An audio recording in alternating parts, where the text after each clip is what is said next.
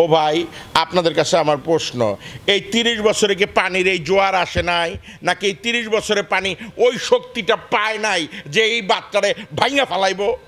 দালালি আর চামচামি করার তবে একটা সীমা থাকা উচিত।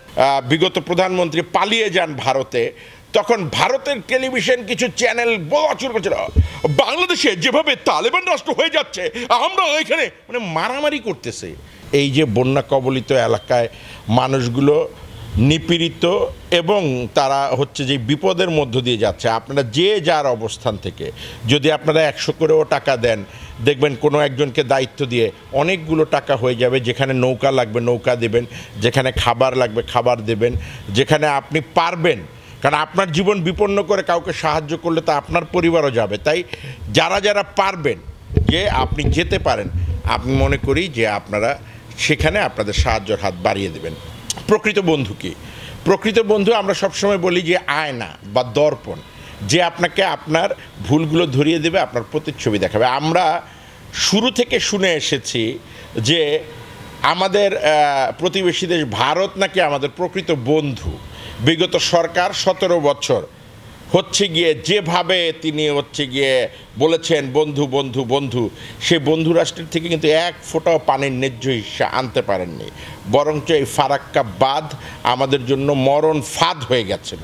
পাশাপাশি আজকে যেই বাঁধটি খুলে দিয়ে দীর্ঘ ৩০ বা ৩২ বছর এক একজন এক একটা বলছে, আমি স্টাডি করার সময় পাইনি, তো এই যে ধরে নিলাম ৩০ বছর পরে বাকি যা হচ্ছে ৩২ বা ৩৩ যা যেই যাই বলুক, কিন্তু ন্যূনতম তো ৩০ বছর। এই ৩০ বছর পর হঠাৎ করে কেন তারা পানি ছেড়ে দেবেন? অনেকেই আবার ইনিয়ে বিনিয়ে বলার চেষ্টা করছেন যে ভাই বাঁধটা ধরে রাখলে তো বাঁধটায় ফাটল ধরতো, বাঁধটা তখন পুরো ভেঙে গেলে ভেসে যেতেন, তরে যেতেন।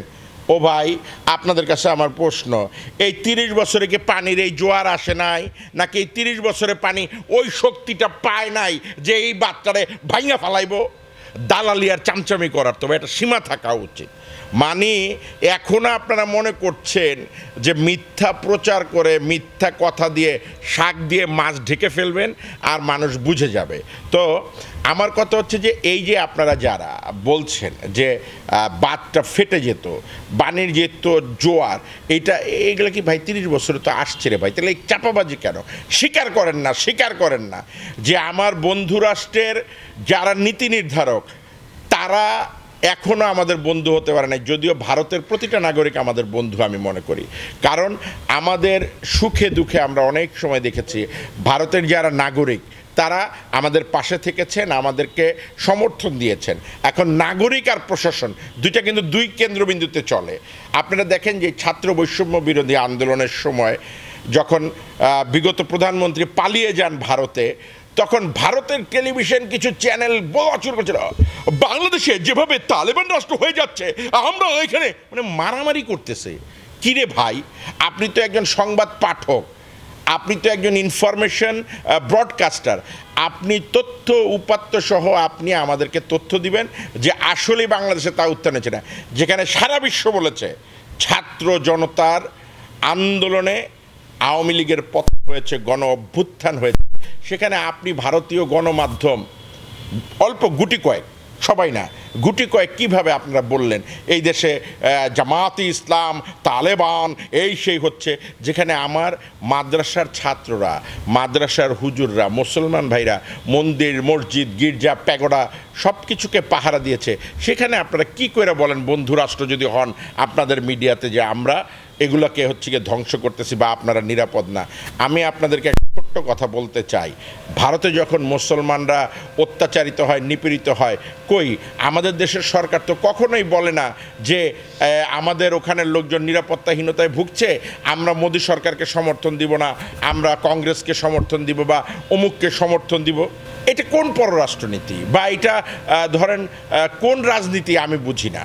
যেখানে ভারতের জনগণ আমাদের বন্ধু, আমরা মনে করি যে তারাও ভাবে আমরা তাদের বন্ধু, সেখানে যে রাষ্ট্রনীতির কিছু যারা রাষ্ট্র চালায় বা রাষ্ট্রনায়ক তাদের ব্যক্তিগত স্বার্থের কারণে, কেন বললাম ব্যক্তিগত স্বার্থ, আদানি গ্রুপের আমরা যে নিউজে দেখতে পাচ্ছি আদানি গ্রুপের সাথে মোদি জড়িত।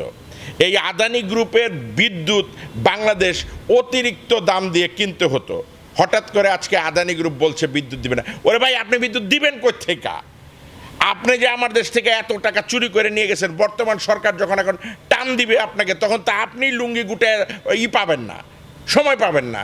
আপনি বলতেছেন যে আপনি গুটায় ফেলছেন। ওরে ভাই, আপনার তো গুটানোর সময় হয়ে গেছিল, কারণ আপনি না গুটাইলেও তো আপনাকে গুটাইতে হইতো। কিছু মানুষ আছে কিন্তু চালাক, দেখবেন থাপ্পড় খাওয়ার আগেই কয় ভাই আমি এই জায়গায় থাকতে চাই না, এই জায়গা আমার পছন্দ হয় না, কারণ আপনি থাকলে তো থাপ্পড় খাইবেন। সো দ্যাট এই বন্ধু যেটা আপনি বললেন যে আমাদের প্রকৃত বন্ধু পাওয়াটা আসলে খুব কঠিন। আমরা একটা, আমি মনে করি, অভাগা জাতি। আমরা বারবারই প্রতারিত হই, এই বন্যাটাও সে প্রতারণার শিকার। তবে আমি আজকে একটি নিউজ দেখেছি, আমাদের বহির্বিশ্বে যারা রেমিটেন্স যোদ্ধা 1,55,00,000, সম্ভবত 436 বা 37 জন, আমার যদি ভুল না হয়ে থাকে, তারা সবাই বলেছেন তারা 1,000 করে টাকা দিল নাকি এরকম, যেই বাঁধটা আপনার হচ্ছে গিয়ে এই নোয়াখালী অঞ্চল দিয়ে, বাঁধটার নাম আমি ভুলে গেছি, সেই বাঁধটার অপোজিটও একটা বাঁধ তৈরি করা যাবে। অনুরূপভাবে তারা যদি আরেকবার টাকা দেয় এবং যেই টাকাগুলো পাচার হয়ে গেছে বিদেশে, সেই টাকার কিঞ্চিত পরিমাণও আনা যায়, আরেকটি ফারাক্কা বাঁধ হয়ে যাবে।